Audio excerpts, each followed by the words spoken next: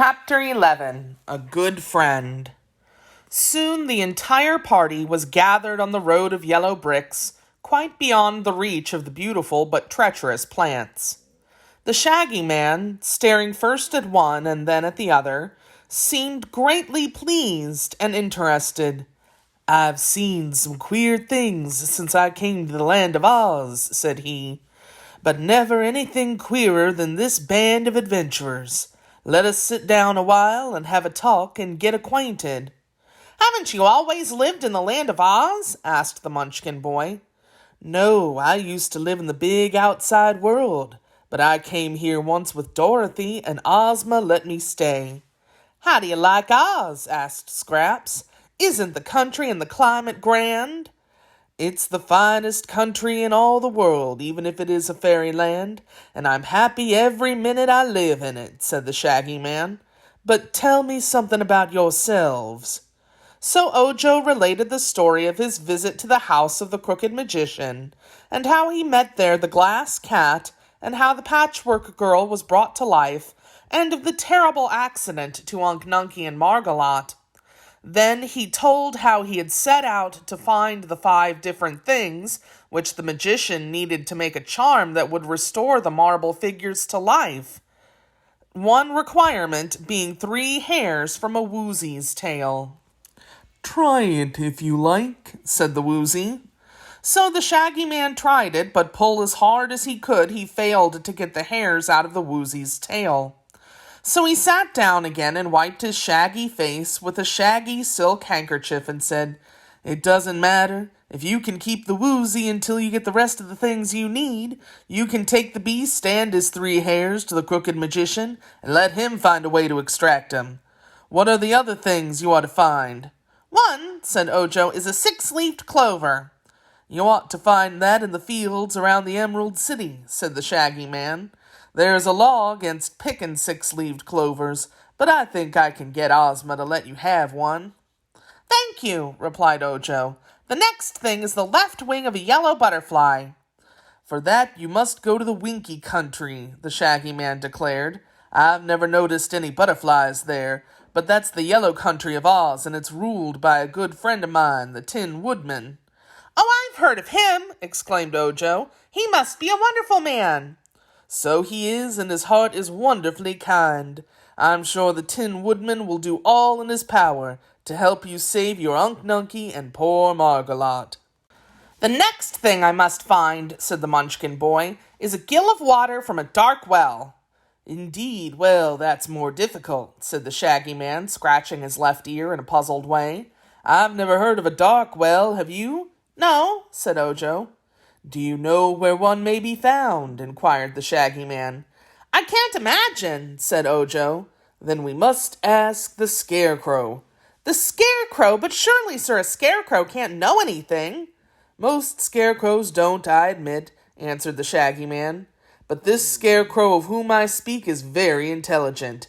He claims to possess the best brains in all Oz." "Better than mine?" asked Scraps. "Better than mine?" echoed the glass cat. "Mine are pink and you can see 'em work." "Well, you can't see the Scarecrow's brains work, but they do a lot of clever thinking," asserted the Shaggy Man. "If anyone knows where a dark well is, it's my friend the Scarecrow." "Where does he live?" inquired Ojo. "He has a splendid castle in the Winky Country near to the palace of his friend the Tin Woodman, and he's often to be found in the Emerald City where he visits Dorothy at the Royal Palace."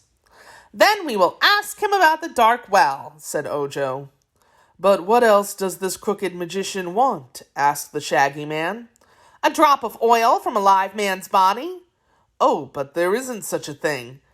"That's what I thought," replied Ojo. "But the Crooked Magician said it wouldn't be called for by the recipe if it couldn't be found, and therefore I must search until I find it." "I wish you good luck," said the Shaggy Man, shaking his head doubtfully. "But I imagine you'll have a hard time getting a drop of oil from a live man's body. There's blood in a body, but no oil." "There's cotton in mine," said Scraps, dancing a little jig. "I don't doubt it," returned the Shaggy Man admiringly. "You're a regular comforter and as sweet as patchwork can be. All you lack is dignity." I hate dignity, cried Scraps, kicking a pebble high in the air and then trying to catch it as it fell. Half the fools and all the wise folks are dignified, and I'm neither the one nor the other. She's just crazy, explained the glass cat. The Shaggy Man laughed. She's delightful in her way, he said. I'm sure Dorothy will be pleased with her, and the Scarecrow will dote on her. Did you say you were traveling toward the Emerald City? Yes, replied Ojo. I thought that the best place to go at first, because the six-leaved clover may be found there. I'll go with you, said the Shaggy Man, and show you the way. Thank you, exclaimed Ojo. I hope it won't put you out any. No, said the other. I wasn't going anywhere in particular. I've been a rover all my life, and although Ozma has given me a suite of beautiful rooms in her palace, I still get the wandering fever once in a while and start out to roam the country over. I've been away from the Emerald City several weeks this time, and now that I've met you and your friends, I'm sure it will interest me to accompany you to the great city of Oz and introduce you to my friends. That will be very nice, said the boy gratefully. I hope your friends are not dignified, observed Scraps. Some are and some are not, he answered, but I never criticize my friends. If they are really true friends, they may be anything they like for all of me. There's some sense in that, said Scraps, nodding her queer head in approval. Come on and let's get to the Emerald City as soon as possible. With this, she ran up the path, skipping and dancing, and then turned to await them. It's quite a distance from here to the Emerald City, remarked the Shaggy Man, so we shall not get there today nor tomorrow. Therefore, let us take the jaunt in an easy manner. I'm an old traveler, and I've found that I never gain anything by being in a hurry. Take it easy is my motto. If you can't take it as easy as you can. After walking some distance over the road of yellow bricks, Ojo said he was hungry and would stop to eat some bread and cheese. He offered a portion of the food to the Shaggy Man, who thanked him but refused it. When I start out on my travels, said he, I carry along enough square meals to last me several weeks. Think I'll indulge in one now as long as we're stopping anyway. Saying this, he took a bottle from his pocket and shook from it a tablet about the size of one of Ojo's fingernails. That, announced the Shaggy Man, is a square meal in condensed form, invention of the great Professor Wogglebug of the Royal College of Athletics. It contains soup, fish, roast meat, salad, apple dumplings, ice cream, and chocolate drops, all boiled down to the small size so it can be conveniently carried and swallowed when you're hungry and need a square meal. I'm square, said the Woozy. Give me one, please. So the Shaggy Man gave the Woozy a tablet from his bottle, and the beast ate it in a twinkling. You have now had a 6-course dinner, declared the Shaggy Man. Pshaw, said the Woozy ungratefully. I wanted to taste something. There's no fun in that sort of eating. One should only eat to sustain life, replied the Shaggy Man, and that tablet is equal to a peck of other food. I don't care for it. I want something I can chew and taste, grumbled the Woozy. You're quite wrong, my poor beast, said the Shaggy Man in a tone of pity. Think how tired your jaws would get chewing a square meal like this, if it were not condensed to the size of a small tablet, which you can swallow in a jiffy. Chewing isn't tiresome, it's fun, maintained the Woozy. I always chew the honeybees when I catch them. Give me some bread and cheese, Ojo. No, you've already eaten a big dinner, protested the Shaggy Man. Maybe, answered the Woozy, but I guess I'll fool myself by munching some bread and cheese. I may not be hungry, having eaten all these things you gave me, but I consider this eating business a matter of taste, and I like to realize what's going into me. Ojo gave the beast what he wanted, but the Shaggy Man shook his shaggy head reproachfully and said there was no animal so obstinate or hard to convince as a Woozy. At this moment, a patter of footsteps was heard, and looking up, they saw the live phonograph standing before them. It seemed to have passed through many adventures since Ojo and his comrades last saw the machine, for the varnish of its wooden case was all marred and dented, and scratched in a way that gave it an aged and disreputable appearance. "Dear me!" exclaimed Ojo, staring hard. "What's happened to you?" "Nothing much," replied the phonograph in a sad and depressed voice. "I've had enough things thrown at me since I left you to stock a department store and furnish half a dozen bargain counters." "Are you so broken that you can't play?" asked Scraps. "No, I'm still able to grind out delicious music. Just now I've a record on tap that's really superb," said the phonograph, growing more cheerful. "That's too bad," remarked Ojo. "We've no objection to you as a machine, you know, but as a music maker we hate you." "Then why was I ever invented?" demanded the machine in a tone of indignant protest. They looked at one another inquiringly, but no one could answer such a puzzling question. Finally, the Shaggy Man said, "I'd like to hear the phonograph play." Ojo sighed. "We've been very happy since we met you, sir," he said. "I know, but a little misery at times makes one appreciate happiness more. Tell me, Fawny, what is this record like, which you say you have on tap?" "It's a popular song, sir. In all civilized lands, the common people have gone wild over it." "Makes civilized folks wild, eh? Then it's dangerous." "Wild with joy, I mean," explained the phonograph. "Listen, this song will prove a rare treat to you, I know. It made the author rich for an author. It's called My Lulu." Then the phonograph began to play. A strain of odd, jerky sounds was followed by these words, sung by a man through his nose with a great vigor of expression. "I want my Lulu, my cross-eyed Lulu.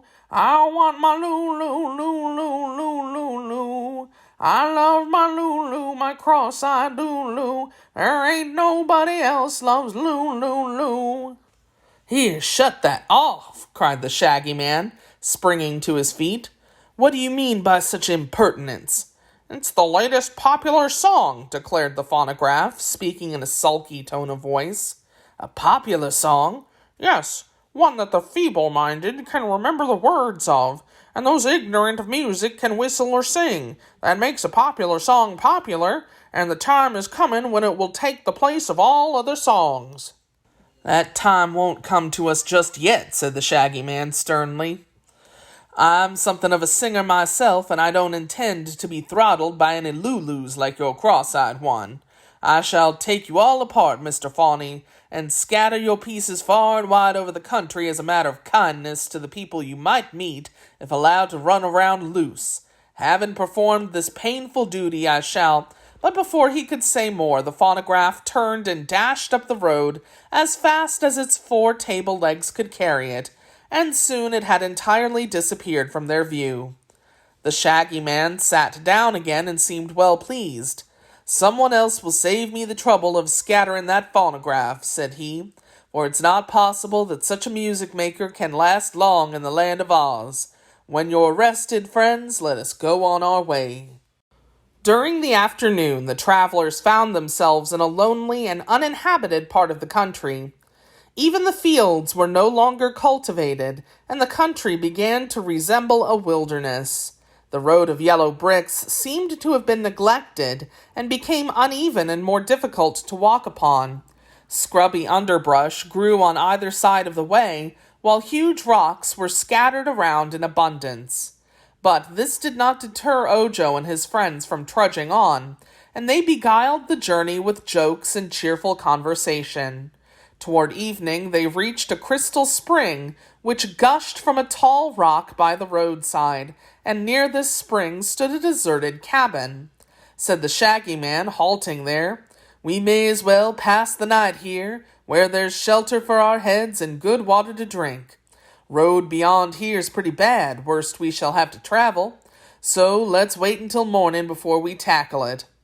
They agreed to this, and Ojo found some brushwood in the cabin, and made a fire on the hearth.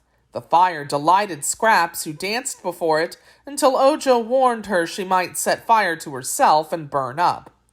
After that, the Patchwork Girl kept at a respectful distance from the darting flames, but the Woozy lay down before the fire like a big dog and seemed to enjoy its warmth.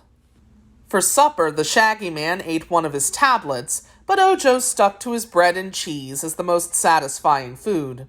He also gave a portion to the Woozy.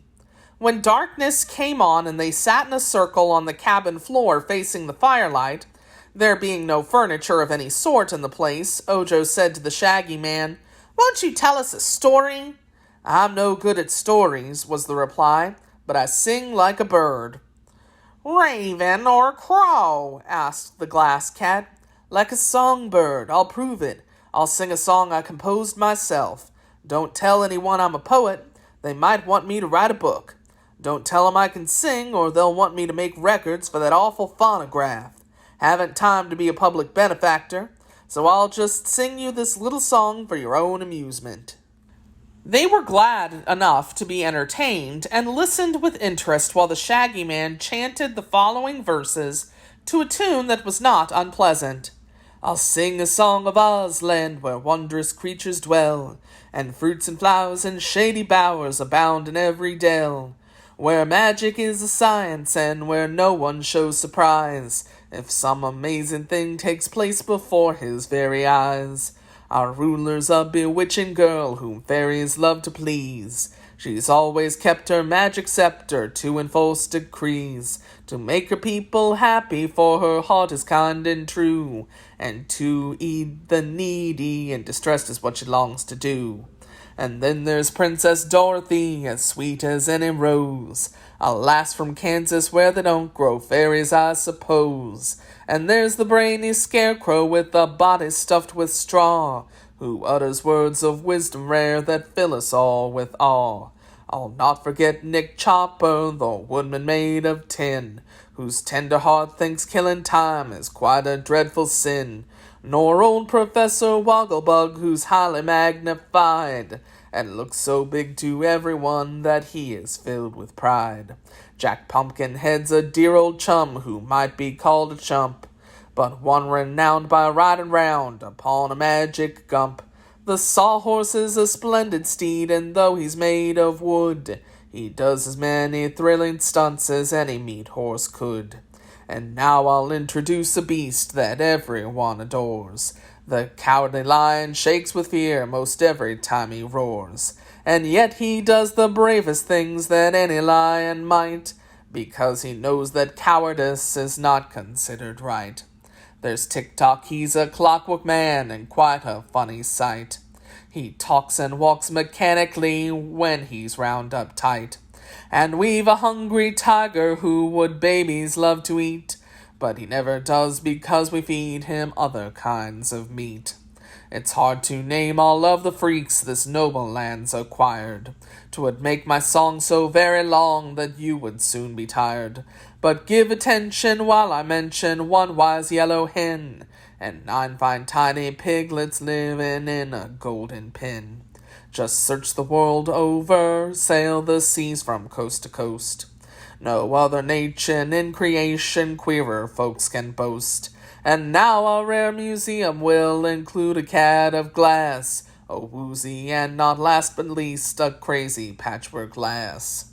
Ojo was so pleased with this song that he applauded the singer by clapping his hands, and Scraps followed suit by clapping her padded fingers together, although they made no noise.